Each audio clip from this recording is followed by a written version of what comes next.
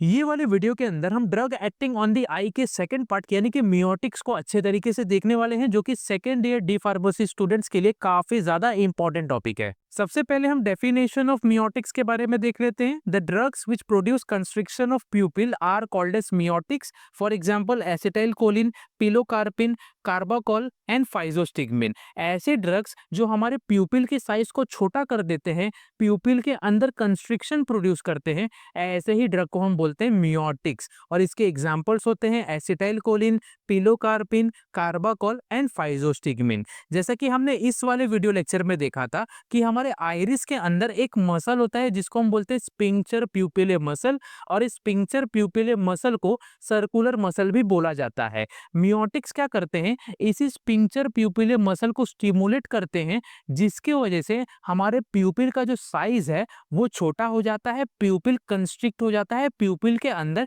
एक कंस्ट्रिक्शन वाला जो एक्शन है वो प्रोड्यूस हो जाता है।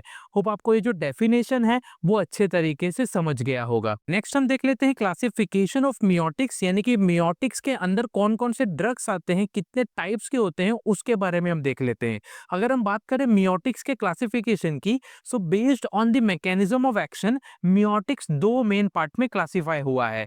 पहला है कोलिनर्जिक अगोनिस्ट एंड दूसरा है एड्रीनर्जिक एंटागोनिस्ट। अगर हम बात करें कोलिनर्जिक अगोनिस्ट की, तो इसके अंदर अगेन दो मेन पार्ट होते हैं। पहला होता है डायरेक्ट एक्टिंग, जिसके एग्जांपल से पिलोकार्बिन एंड कार्बाकोल। दूसरा है इनडायरेक्ट एक्टिंग, जिसके एग्जांपल है फाइजोस्टिग्मिन, इकोथायोफेट एंड नियोस्टिग्मिन। अगर हम बात करें एड्रीनर्जिक एंटागोनिस्ट की, तो इसके मेन एग्जांपल होते हैं टीमोलॉल। होप आपको ये जो क्लासिफिकेशन है वो अच्छे तरीके से समझ गया होगा। नेक्स्ट हम देख लेते हैं फार्माकोलॉजिकल एक्शंस ऑफ मियोटिक्स, यानी कि मियोटिक्स का हमारे आंखों के अंदर कौन कौन सा इफेक्ट होता है, कौन कौन सा एक्शन होता है, उसके बारे में हम समझ लेते हैं। सबसे पहला है eye. Miotics causes pupil constriction. It increases aqueous humour drainage by which intraocular pressure is decreased. It also stimulates the ciliary muscle for lens accommodation, which helps to improve near vision. मियोटिक्स हमारे प्यूपिल के अंदर एक constriction effect show करता है, यानी कि मियोटिक्स हमारे प्यूपिल के साइज को कम करने का काम करता है। कभी कभी हमारे आंखों के अंदर एक्वस ह्यूमर का लेवल काफी ज्यादा बढ़ जाता है, जिसकी वजह से इंट्राओक्यूलर प्रेशर भी हमारे आंखों के अंदर बढ़ जाता है। मियोटिक्स क्या करता है, इसी एक्वस ह्यूमर के लेवल को कम करने का काम करता है ड्रेनेज प्रोसेस के जरिए, जिसकी वजह से हमारा जो बढ़ा हुआ इंट्राओक्यूलर प्रेशर है वो भी नॉर्मल लेवल पर आ जाता है, वो भी कम हो जाता है।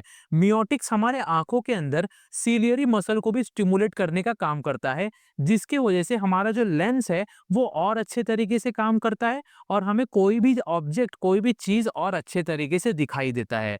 नेक्स्ट है salivary gland. Miotics enhances saliva secretion due to stimulation of muscarinic receptor. Miotics हमारे सलाइवा ग्लैंड के अंदर मस्कैरिनिक रिसेप्टर को स्टिमुलेट करने का काम करता है, जिसकी वजह से सेलिवरी ग्लैंड से जो सलाइवा का सिक्रीशन है वो काफी ज्यादा एनहांस हो जाता है, काफी ज्यादा इंक्रीज हो जाता है। नेक्स्ट है respiratory system. In respiratory system miotics causes bronchoconstriction which may increase the asthma और COPD conditions. It also increase mucus secretion in respiratory system. Miotics हमारे रेस्पिरेटरी सिस्टम के अंदर ब्रोंकोकंस्ट्रिक्शन नाम का कंडीशन प्रोड्यूस करता है, जिसकी वजह से काफी सारे पेशेंट के अंदर अस्थमा या फिर सीओपीडी कंडीशन भी इंक्रीज होने के चांसेस होते हैं। इसी के साथ साथ मियोटिक्स हमारे रेस्पिरेटरी सिस्टम के अंदर म्यूकस को भी काफी ज्यादा बढ़ा देता है, म्यूकस सिक्रीशन को भी काफी ज्यादा इंक्रीज करने का काम करता है। नेक्स्ट है cardiovascular system. In cardiovascular system, miotics can causes bradycardia, that is, they reduce heart rate. Miotics can also decreases blood pressure, which leads to hypotension. Cardiovascular system के अंदर miotics bradycardia नाम का कंडीशन प्रोड्यूस कर सकता है, यानी कि ये जो miotics हैं ये हमारे हार्ट रेट को कम करने का काम कर सकता है। इसी के साथ साथ miotics हमारे कार्डियोवैस्कुलर सिस्टम के अंदर ब्लड प्रेशर को भी कम करने का काम कर सकता है, जिसके वजह से हमारे बॉडी के अंदर हाइपोटेंशन कंडीशन देखने मिल सकता है। नेक्स्ट है gastrointestinal tract. Miotics can enhance intestinal motility which may lead to diarrhoea और cramps. Miotics also increases gastric acid secretion. Miotics हमारे गैस्ट्रोइंटेस्टिनल ट्रैक्ट के अंदर जो इंटेस्टाइन होता है इसके मोटिलिटी को बढ़ाने का काम करता है। यानी कि मियोटिक्स हमारे इंटेस्टाइन के मूवमेंट को इंक्रीज करने का काम करता है, जिसके वजह से काफी सारे पेशेंट के अंदर डायरिया या फिर क्रैम्प भी हो सकता है। इसी के साथ साथ मियोटिक्स हमारे गैस्ट्रोइंटेस्टिनल ट्रैक्ट के अंदर जो गैस्ट्रिक एसिड सिक्रीशन होता है उसको भी बढ़ाने का काम करता है।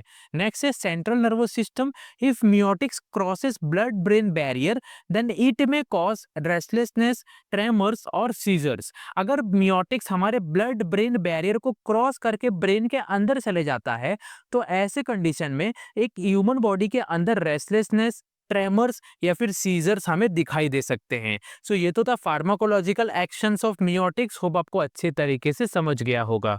नेक्स्ट हम देख लेते हैं डोज ऑफ मियोटिक्स, यानी कि मियोटिक्स का नॉर्मल डोज कितना होता है एंड डॉक्टर इसको कितने अमाउंट में प्रिस्क्राइब करते हैं पेशेंट को, उसके बारे में हम देख लेते हैं। सबसे पहला है पिलोकार्पिन। ये ज्यादातर आई ड्रॉप्स के फॉर्म में अवेलेबल होता है और इसका नॉर्मल डोज होता है 1 to 2 ड्रॉप्स, जिसको दिन में 2 से 4 बार लिया जाता है। नेक्स्ट है कार्बाकॉल। ये भी आई ड्रॉप्स के फॉर्म में अवेलेबल होता है और इसका नॉर्मल डोज होता है 1 to 2 ड्रॉप्स और इसको भी दिन में 2 से 3 बार लिया जाता है। नेक्स्ट है फाइजोस्टिग्मिन। ये भी आई ड्रॉप्स के फॉर्म में अवेलेबल रहता है। इसका नॉर्मल डोज होता है 1 ड्रॉप और इसको हर 4 से 6 घंटे में एक बार लिया जाता है।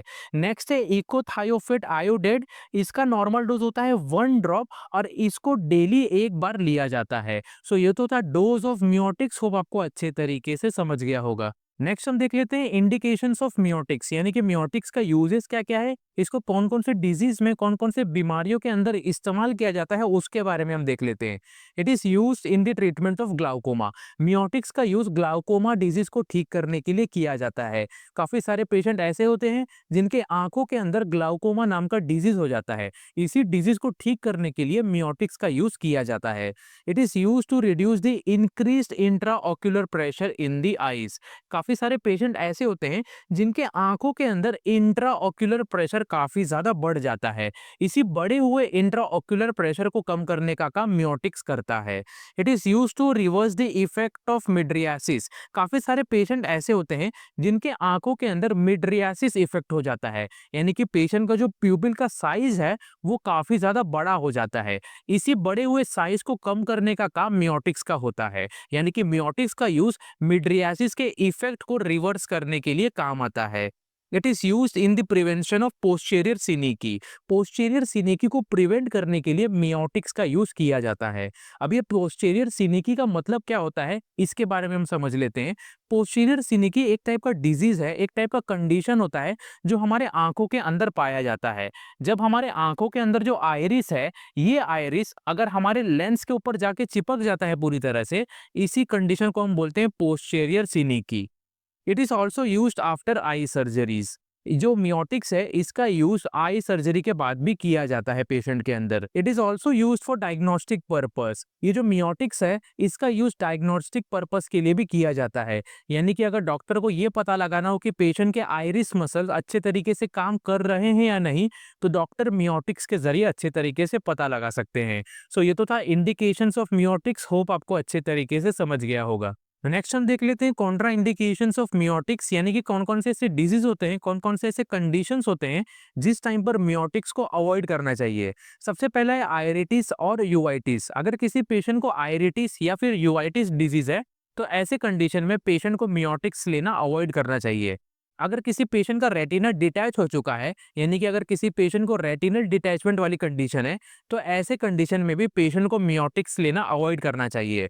अगर किसी पेशेंट को हाइपर सेंसिटिविटी रिएक्शन है मियोटिक ड्रग से, तो ऐसे कंडीशन में भी पेशेंट को मियोटिक ड्रग्स नहीं लेना चाहिए।